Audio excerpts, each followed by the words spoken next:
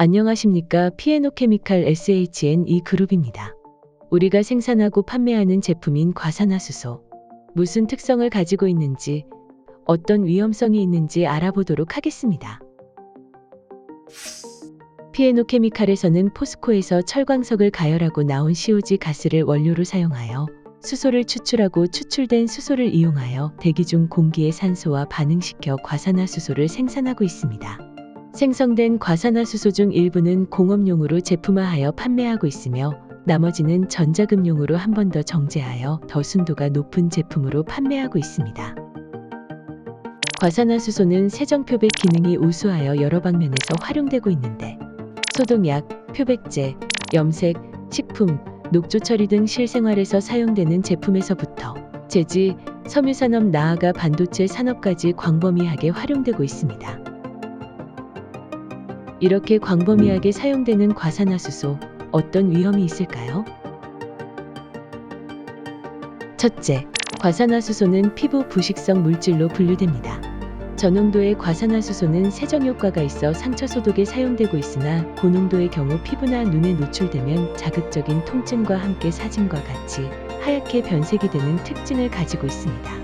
때문에 노출되지 않도록 화학물질용 보호 장갑 보안경 등을 확실하게 착용해야 합니다. 둘째, 과산화수소는 위험물 안전관리법상 농도 35% 이상은 육류 위험물 산화성 액체로 분류됩니다. 산화성 액체의 특징은 물질 자체로는 불이 안 붙는 불연성 물질들이지만 분해 시 산소를 발생시켜 화재 발생을 도와주거나 주변에서 화재가 발생했을 때 화재를 더 강력하게 만드는 특징이 있습니다.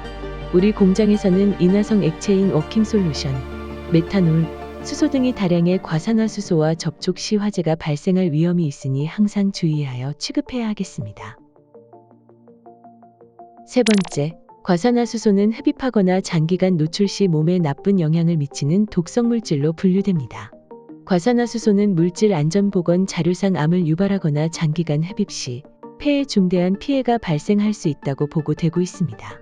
법적으로는 8시간 평균 1ppm 이상의 노출을 금지하고 있으며 그보다 적은 농도의 노출이라도 장기간 누적됨에 따라 몸에 이상이 발생할 수 있습니다. 때문에 과산화수소를 취급하는 작업 시에는 반드시 화학물질 보호복, 화학물질 보호장갑, 화학물질 보호장화, 방독 마스크를 착용하고 작업해야 합니다.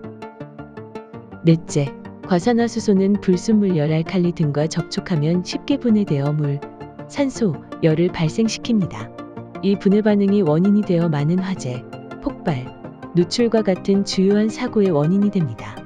SHNE 그룹에서는 분해 반응을 확인하고자 공장에서 흔히 볼 수 있는 녹슨철, 배관, 전선, 근무복, 가성소다, 흙 그리고 사람의 피부를 가장한 돼지 껍데기, 생닭을 이용하여 테스트를 진행했으며 흙과 가성소다에서 가장 활발한 분해 반응과 함께 온도 상승을 확인할 수 있었는데요.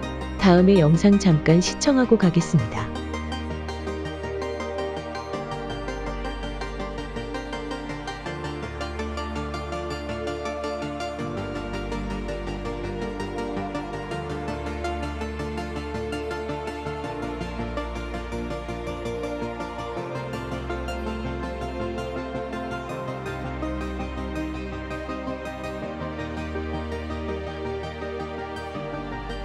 실험에서 알 수 있듯이 과산화수소 취급할 때에는 다른 물질과의 접촉을 금지해야 함을 명심해야 합니다.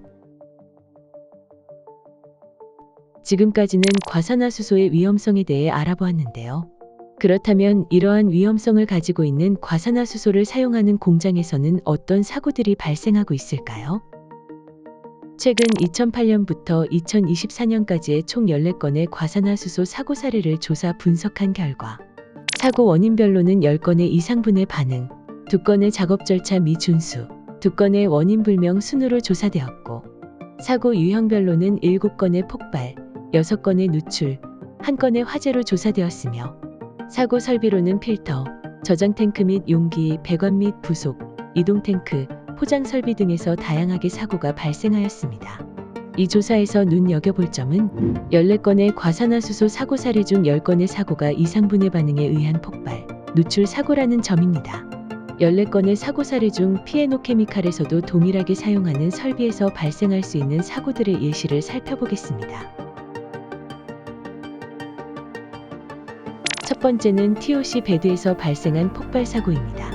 과산화수소에 포함된 유기물을 제거하는 설비인 TOC 배드에서 녹 및 분술물이 원인이 되어 이상분해 반응에 의한 폭발 사고가 발생하여 주변 설비가 파손되는 피해를 입었습니다. 정확한 사고 원인으로는 사고 설비 가동 전 2년 동안 설비는 가동하지 않는 휴지 기간이었고, 이후 사용하기 전에 내부 불순물 제거를 위한 청소를 진행했으나 충분하지 못해 잔여 불순물로 인해 이상분해 반응으로 폭발 사고가 발생한 것입니다. 두 번째는 탱크로리에서 발생한 누출 사고입니다. 2021년 6월 천안시 성남면 한 공장에서 탱크로리 속 과산화수소가 다량 누출되어 화학차 및 소방차량 12대가 출동하여 방제 작업을 벌였습니다. 사고 원인으로는 탱크로리 내부에 잔류하던 불순물이 과산화수소와 이상분해 반응을 일으켜 탱크로리의 약한 부분을 통하여 과산화수소 누출된 것으로 파악됩니다. 세 번째는 탱크로리에서 발생한 누출 사고입니다.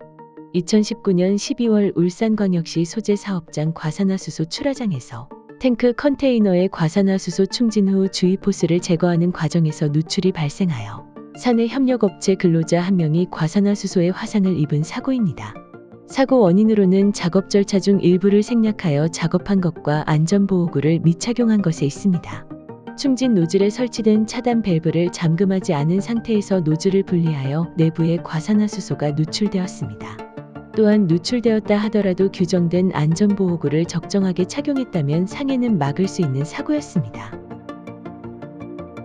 이상 짧은 영상으로 과산화수소에 대한 위험성을 소개해드렸는데요. 이러한 위험성으로부터 몸을 보호하기 위해서는 서늘하고 그늘진 곳에 저장, 다른 물질들과 혼재 보관은 금지, 물질에 적응성이 있는 재질로 보관 취급 등의 취급 수칙을 준수해야 하며 과산화수소 취급 시 안전보호구를 필히 착용해야 합니다. 또한 과산화수소 관련 화재 발생 시에는 다량의 물로 주수소와 해야함을 잊지 말아야 합니다. 안전하기 위해서는 위험성을 인식하는 것에서부터 시작합니다. 본 영상으로 안전에 한 걸음 더 다가가는 계기가 됐으면 합니다. 감사합니다.